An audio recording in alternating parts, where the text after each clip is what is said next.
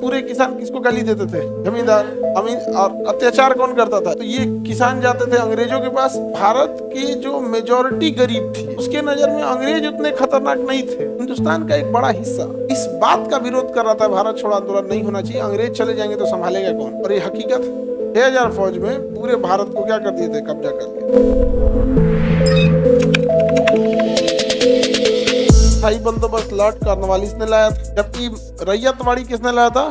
Thomas Munro. Thomas Munro. इन सब में सबसे ठीक ठाक था रैयतवाड़ी। रैयतवाड़ी ठीक था। महालवाड़ी जो था पूरे गांव पे फिक्स कर दिया जाता था, और इसको मैकेंजी ने लाया था। किसने लाया था? मैकेंजी ने। हालांकि उस समय लॉर्ड विलियम बेंटिक के शासनकाल में लाया था। विलियम बेंटिक के शासनकाल में किसने लाया था? मैकेंजी ने। किसने लाया था? मैकेंजी ने। इसमें जो नक्शा के हिसाब से फिक्स कर दिया जाता था, इस गांव पर इतना टैक्स लगेगा, यहाँ पर, इसकी व्यवस्था विलियम बेंटिक के समय हुई थी। समझ में आ गया कि नहीं आ गया? भू राजस्व, जो मार्टिन बर्ड को उत्तर भारत में भू राजस्व का जनक कहा जाता है। अब इसमें देखिए, मार्टिन बर्ड क्या था? इसने ही आइडिया दिया था। इम्प्लीमेंट किसने किया? मैकेंजी ने। और किसके समय हुआ? हाँ, बेंटिक। महालवाड़ी उतना एरिया में नहीं फैला। आप आगे बढ़ जा। चल जी, कल वाला है क्या ये पाकिस्तान? और जमीन का मालिकाना किसके पास होता था? गांव। गांव का मुखिया कुल उपज का लगभग कितना % टैक्स? इसमें एक बवाल ये होता था ना कि उस मुखिया से टैक्स लिया जाता था कि भाई तुम्हें पूरे गांव का कितना देना है? 60%। अंग्रेज कभी देखिएगा टैक्स वसूलने के मामले में वो बस एक रैयतवाड़ी व्यवस्था थी जिसमें वो फ्रंट पे आए थे।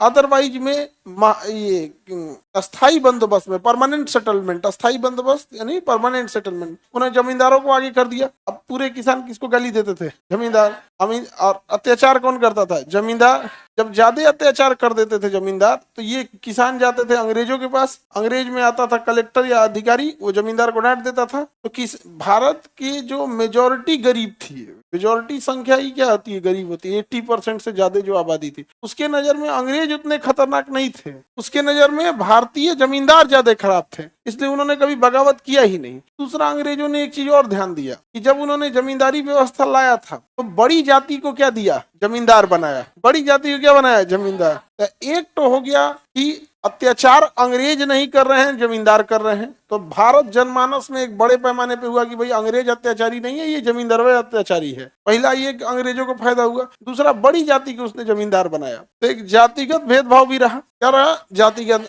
अच्छा, भारत में तो जातिगत भेदभाव का लंबा इतिहास रहा। भेदभाव का क्या रहा है? इतिहास रहा। लेकिन अभी के टाइम पे किसी के पूर्वज द्वारा किया गया चीज को आपको अभी नहीं थोपना चाहिए। या मान के चलिए किसी ने किया, तो तुम अभी के टाइम पे किसी के बड़े जाति को देखो तो कहोगे यही था दलहौजी का मिल के हम लोग पे अत्याचार किया। ऐसा नहीं था। दूसरा, कि जो है उनको भी एक चीज को एक्सेप्ट कर लेना चाहिए कि नहीं भैया, पहले गलती हो गया था, अभी ठीक है, अब ऐसा नहीं होता। दिक्कत क्या होता है? यहाँ दोनों में होता है। आज का टाइम वाला इतिहास पढ़ के प्रेजेंट को गरियाने लगता है, नहीं समझे? अब वो बेचारा क्या करे? जो प्रेजेंट वाला वो एक्सेप्टो नहीं करता है कि हमने कभी अत्याचार किया था। तो दोनों साइड से हो जाता है। तो अंग्रेज कभी भी फ्रंट पे खुद नहीं आए थे। 1940 के आसपास, 42 के आसपास, जब भारत छोड़ो आंदोलन चल रहा था, हिंदुस्तान का एक बड़ा हिस्सा इस बात का विरोध कर रहा था, भारत छोड़ो आंदोलन नहीं होना चाहिए, अंग्रेज चले जाएंगे तो संभालेगा कौन। एक बड़ा हिस्सा की हम बात कर रहे हैं जो खुद भारत वालों से लड़ रहा था कि अंग्रेज चले जाएंगे तो लड़ेगा कौन। और वो उनका कलेक्टिव लोगों की मानसिकता इतनी लंबी थी, क्योंकि करोड़ों में थे ऐसे लोग। अच्छा, उनका उस समय कहना भी गड़बड़ नहीं था, क्योंकि उन्होंने संविधान कभी देखा नहीं था। उन्होंने राजा और जमींदारों की जमींदारी देखी और राजाओं का भाव देखा जनता पे। तो उन लोगों को कुछ आइडिया था नहीं कि भैया संविधान आ जाएगा तो फिर संविधान के दायरे में होंगे। एक बड़ी संख्या ऐसे की थी जो अंग्रेजों का समर्थन करते थे, और जो अंग्रेजों का विरोध करता था उसका ही कहते थे तो अंग्रेज चल जाएंगे तो भारत को संभालेगा कौन। और ये हकीकत नहीं समझ में गया। वो स्थिति अजीब टाइप की हो गई थी, कौन संभालेगा इसमें। तो उन्हीं में से जो थे सब, उन्हीं की विचारधारा धीरे धीरे धीरे धीरे ट्रांसफर होते गई। वो गरियाते थे सब स्वतंत्रता सेनानियों को। स्वतंत्रता सेनानी क्या करते? गरियाते थे। अब आप सोचो, गरम दल वाले किसी को गरियाओगे तो उसके फॉलोवर भी गरम दल वाले थूर देंगे तुमको। अब तुम्हारी मजबूरी है, तुम किसको गरियाओगे? नरम दल।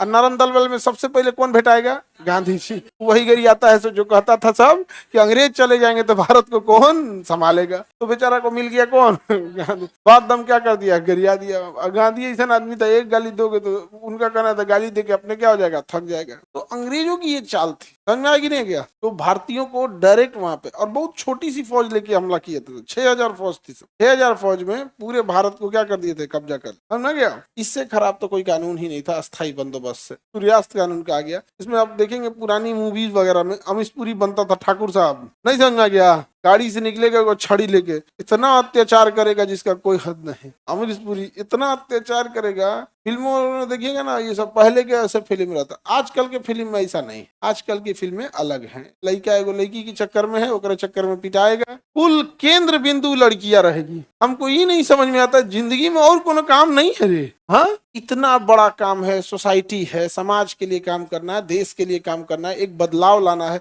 एक इंसान को होता है ना कि जीवन में रहे कि हम क्या किए, भाई नौकरी किए तो सब करता है, जीवन में रहता है ना कि क्या किए। तो एक आपके भी जीवन में होगा कि भाई हमको कुछ ऐसा करना है जो आपका दुश्मन भी कहे कि नहीं ये इंडिया लेवल पे काम इसी इंसान ने किया है, नहीं समझे तो कोई। लेकिन भारतीय फिल्म में कुल ले दे के लड़कियों के पीछे घूमते रहते हैं, सब समझ में आ गया कि नहीं आ गया। ओकरे लिए पगलाई रहेगा, ये फिल्म देख देख लड़कियों चढ़ जाती है सब खोपड़ी पे कि हमको ऐसा लड़का चाहिए, दिन भर हमरे में अझुराइल है। तो ऐसा निठल्ले मिलेंगे सब जो ऐसा मतलब जो फिल्म में सोचते लगे मेरे सपनों का राजकुमार, वो निठल्ला ही पूरा कर सके। जो दिन भर खलिया निठल्ला है ना वह देर मानेगा। लड़का लोग हकीकत में बताओ, जिसको वर्क लोड है उसको फुर्सत रहेगा भाई, 8 घंटा 10 घंटा ऑफिस में गया और जितने हाई लेवल का वर्क है, हाई लेवल का टेंशन है, समझा गया कि नहीं। अब कल को आप डिस्ट्रिक्ट मजिस्ट्रेट हैं, आपको लगता है फुर्सत मिलेगा आपको, हर एक डिपार्टमेंट आपके अंडर में आएगा, हर एक डिपार्टमेंट, चाहे मेडिकल हो, इंजीनियरिंग हो, कोई भी हो, एनिमल हस्बेंड्री हो, पॉलिटिक्स हो। पता चला आप सोचे कि आज संडे है छुट्टी मनाएंगे, तो पता चला प्रधानमंत्री का दौरा है, जा छुट्टी कैंसिल, अब हो गया। तो ये जो फिल्म उलिम में दिखा दिया है ना, ये सब सोचती है ऐसे ही लड़का होगा, तू निठल्ला होगा तब उस टाइप का, उतना खलिया वही मिलेगा। फिल्म अलग लेवल का हो गया, लेकिन पहले जो जमींदारी व्यवस्था पे दिखाई गई है बिल्कुल सेम है। समझ में आ गया कि नहीं आ गया। आगे बढ़े।